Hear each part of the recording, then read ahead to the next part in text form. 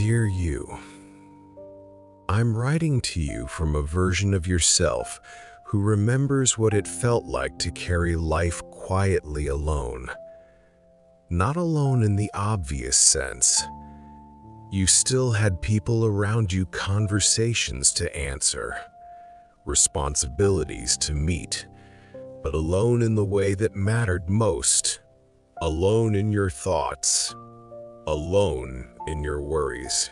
Alone in the parts of you that never seemed to find the right moment or the right person to be spoken aloud. I remember how invisible that loneliness felt. It didn't announce itself loudly. It didn't come with dramatic scenes or breaking points. It showed up in small, ordinary moments. When you wanted to say something honest but decided not to. When you felt overwhelmed but brushed it off. When you needed comfort but told yourself you could handle it on your own. You became very good at handling things quietly. You didn't want to be a burden. You didn't want to overreact. You didn't want to make things complicated. So you learned how to hold it all inside. You learned how to listen more than you spoke. You learned how to help others even when you felt empty yourself. You learned how to say, "I'm okay," in a way that sounded believable, even to you. I remember how tiring that became. Carrying your own life is already heavy. Carrying it alone makes it heavier in ways that are hard to explain. There were days when nothing particularly bad happened, yet you felt exhausted. Not because of what you were doing, but because of everything you were holding in silence. The thoughts you didn't share, the fears you minimized, the emotions you postponed because there never seemed to be space for them. You wondered if everyone felt this way. You wondered if this quiet loneliness was just part of growing up, part of being responsible, part of being strong. You told yourself to push through. You told yourself it wasn't that serious. You told yourself other people had it worse. And in doing so, you slowly taught yourself not to ask for help, even when you needed it. I remember the moments when you wanted someone to notice, not dramatically, not urgently, but gently, to notice the tiredness behind your calm, to notice the weight behind your smile, to notice that you were carrying more than you let on. And when no one did, you didn't blame them. You blamed yourself for not being clearer, for not speaking up, for not knowing how to let yourself be seen. You weren't alone because no one cared. You were alone because you didn't feel safe enough to let yourself need. And that kind of loneliness is one of the hardest to explain, because it doesn't look like loneliness at all. It looks like independence. It looks like competence. It looks like strength. But inside, it feels like walking through life with your arms full and no place to set anything down. If you're reading this and feeling a quiet recognition, it's because this isn't just your story. It's a feeling many people carry silently. And the fact that you carried it for so long says nothing about your weakness. It says everything about your endurance. Your past self understands now why you felt so alone. Even when you weren't technically by yourself, you learned early, maybe without realizing it, that your emotions needed to be managed privately. That needing too much was risky. That being low maintenance made you easier to love. That asking for help meant inconvenience, vulnerability, or disappointment. So you adapted. You became the one who handled things. The one who listened. The one who stayed calm. The one who didn't need much. And while that made you reliable, it also made you invisible in certain ways. People saw your strength, but not your fatigue. They saw your composure, but not your inner chaos. They saw your consistency, but not the effort it took to maintain it. Loneliness like this doesn't come from absence of people. It comes from absence of being understood. You didn't feel alone because you lacked connection. You felt alone because the connections you had didn't reach the deeper parts of you. You talked about surface things. You shared updates, jokes, plans, but the heavier truth stayed tucked away, waiting for a moment that never quite arrived. Your past self sees now that you weren't wrong for doing this. It was a survival strategy. You protected yourself the way you knew how. You kept moving. You kept functioning. You kept showing up.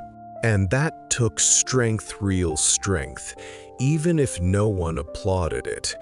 But here's the part you didn't know back then. Strength without softness eventually becomes isolation. When you don't allow yourself to be held emotionally, you end up holding everything yourself. And no one is meant to do that indefinitely. You weren't meant to be endlessly self-sufficient. You weren't meant to process everything alone. You weren't meant to carry your fears, doubts, and sadness without support. The loneliness you felt was not a flaw. It was a signal that your inner world needed acknowledgement, that your emotions needed room to exist, that you deserved the same care you so easily offered to others. You also feared that if you opened up, you wouldn't know where to stop, that everything you had been holding back would spill out, that you'd be too much, that you'd lose control. So you kept the door closed, telling yourself you were fine. But emotions don't disappear when ignored. They wait. They settle. They grow heavier. Your past self understands now that the loneliness wasn't asking you to become dependent. It was asking you to become honest. Honest about your limits. Honest about your needs. Honest about the fact that being human means sometimes needing someone else to help you carry the weight. And once you see loneliness this way, not as failure but as unmet connection, it becomes something you can respond to with compassion instead of shame. Now, I'm speaking to the you reading this. The you who still carries things quietly. The you who still hesitates before sharing how you really feel. The you who sometimes wonders if anyone truly sees the full weight you carry. Take a slow breath. Let it move through you without rushing it. Let this truth settle. You are not meant to carry life alone. Needing support does not make you weak. Wanting understanding does not make you needy. Opening up does not make you a burden. It makes you human, just like everyone else. Even the ones who seem like they have it all together. You don't have to share everything all at once. You don't have to suddenly become open in ways that feel unsafe. Connection doesn't begin with confession. It begins with honesty, even in small doses. One sentence, one moment, one truth spoken softly. I'm actually having a hard time. I don't really know how I feel. These are not failures.